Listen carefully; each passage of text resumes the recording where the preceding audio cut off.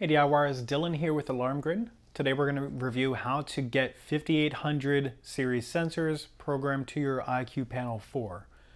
So to start, the first thing you're going to need is a system that are compatible with these sensors. That's going to be the 345 megahertz version of the system. That will work with these 5800 series sensors. The sensors themselves, they have technically 3 different brandings to them.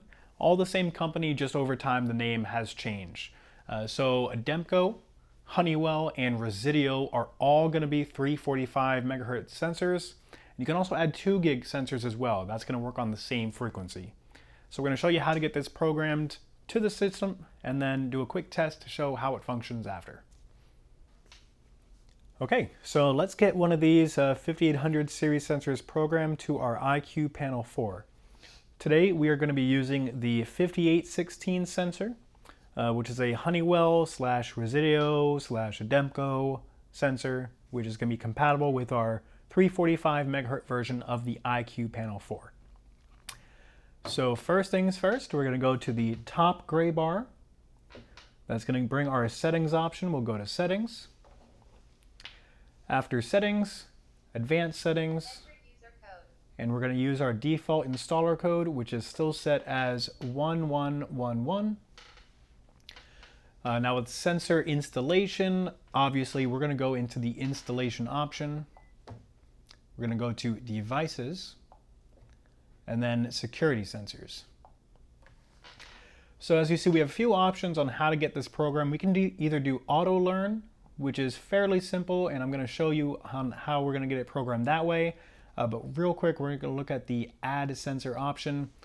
This is if you want to manually enter in the information for the sensor itself. If this is something you're going to do, the first thing you want to do is change the source for the sensor. Right now you see it's set to the default PowerG option, and then you see right there security RF 345. That's going to edit the screen a little bit, and then we can start programming manually. Sensor DLID is the serial number, which is located on a sticker on the side of the sensor. And there's also one inside the sensor as well on its board. About 7 digits long, type that in, and then you can adjust what type of sensor this is, door window, how you want it to react, what loop it's going to operate on. You can add a sensor name, chime type, so if the door is opened while the system is disarmed, this can make a little ding to let you know.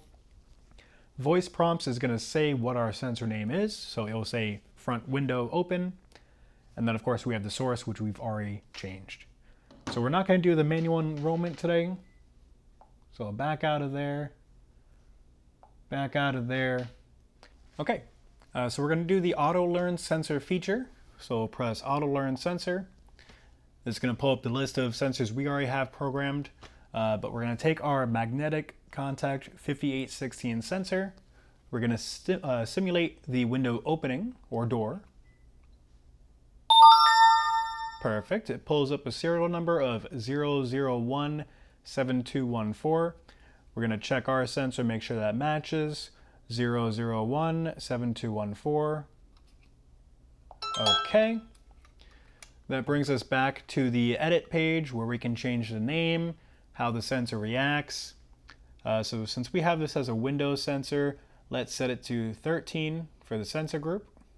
Perimeter D/W. This means that when this sensor is activated while the system is armed, there will be no delay countdown. It's just going to trigger the alarm right away. By default, it's set to loop 2, which is how the 5816 operates when it's used as a wireless sensor. And everything else is looking good. So we'll do add new. Sensor added successfully. Perfect. Now we just want to test that the sensor is going to work.